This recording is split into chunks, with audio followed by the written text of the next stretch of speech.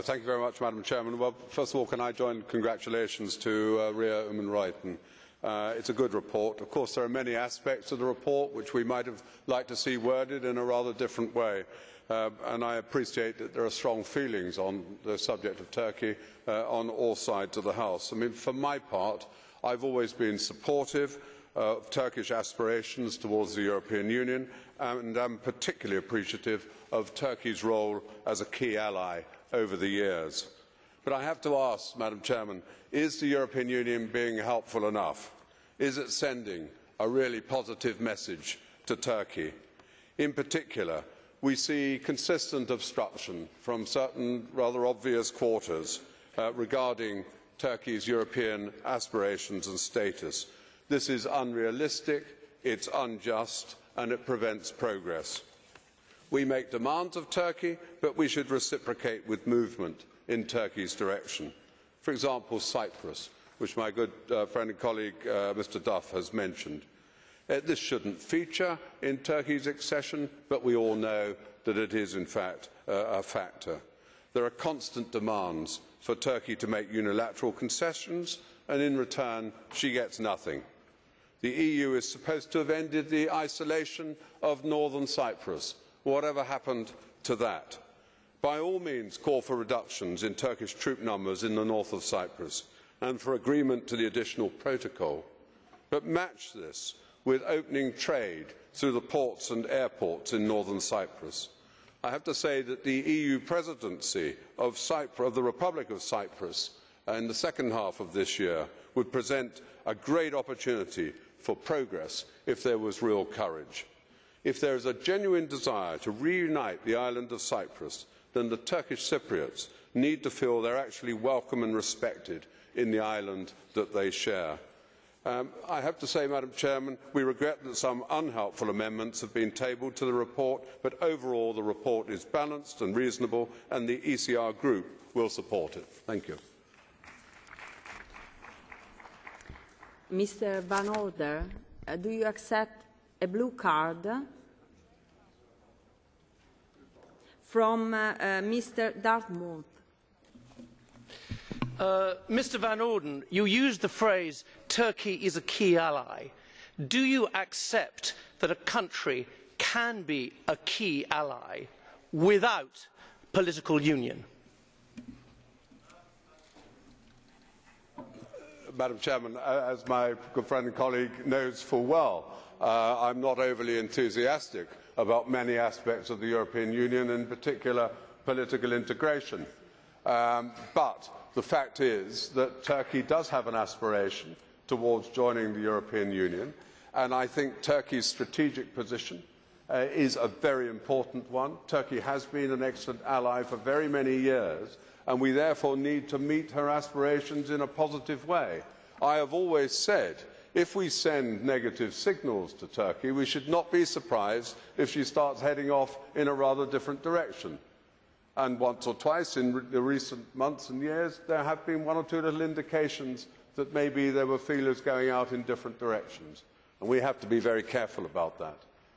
So I would say that by all means Turkey can be a good ally without being in the Union, of course, because that is the situation at the moment. But we need to meet Turkey's aspirations.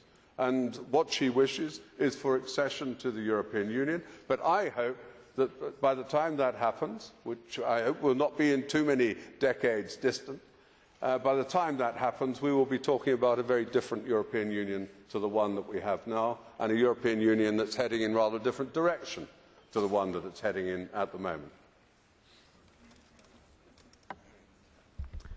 Another blue card from Mr. Posselt. Do you accept? Yes. So please. Thank you, sir. Thank you very much. Mr. Van Orden, you know that there are those who are vehemently against Turkey's accession to the EU, and if Turkey joins the EU will become something very different. But what would the EU become if Turkey joined? What's your view?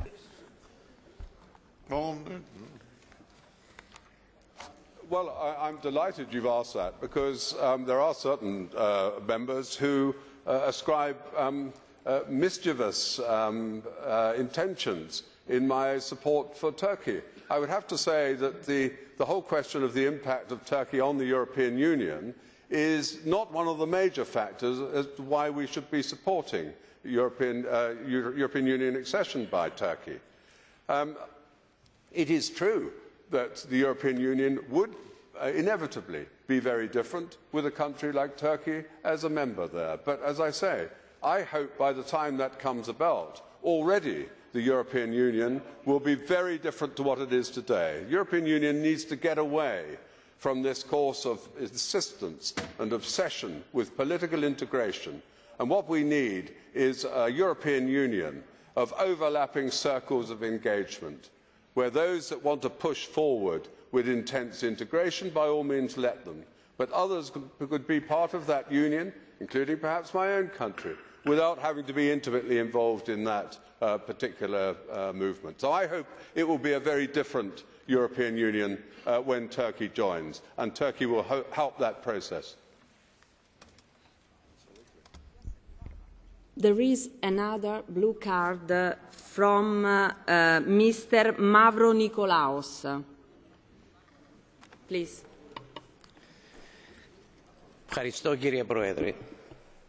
Yes, thank you very much, Madam President.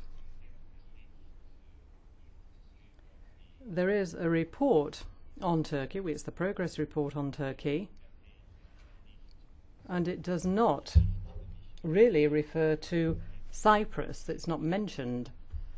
So, because obviously the subject of the report is Turkey, not Cyprus. So what about the 200,000 citizens who are resident in that part of the island? Are they going to be sort of Turkified, as it were? I rather missed the point, because actually Cyprus is referred to significantly in a number of paragraphs of the report. So clearly you haven't read it very carefully, and I would ask you to read it carefully, because it's very important that we get it right. There are references to Cyprus, and indeed there are references to the additional protocol, but on the other hand it is saying that we should open ports as well. That's why I say it is a balanced report. There are many references to Cyprus in the report, and I commend it to your reading.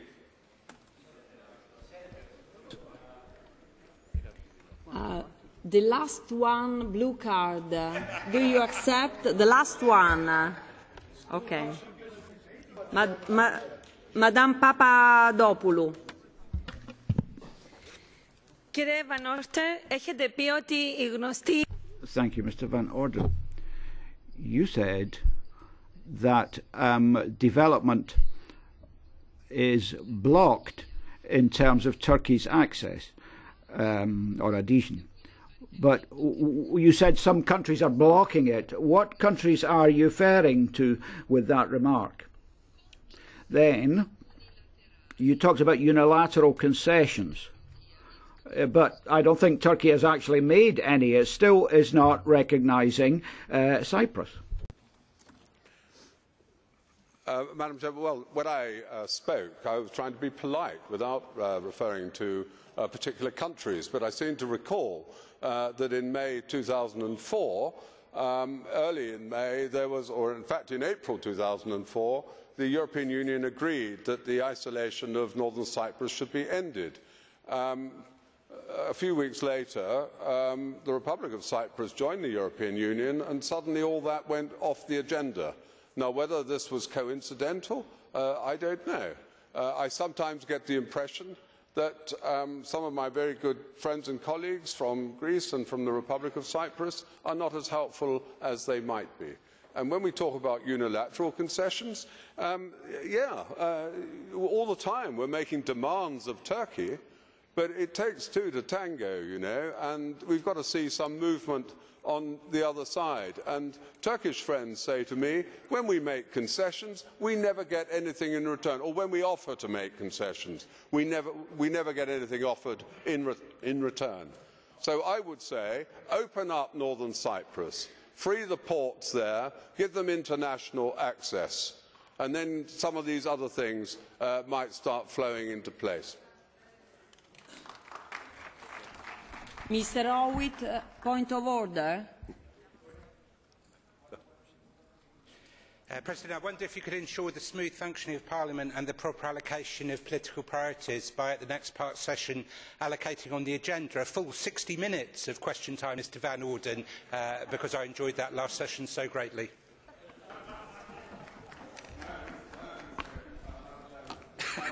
Support from a colleague in my own region of the United Kingdom, albeit from another political party. Thank you, Richard.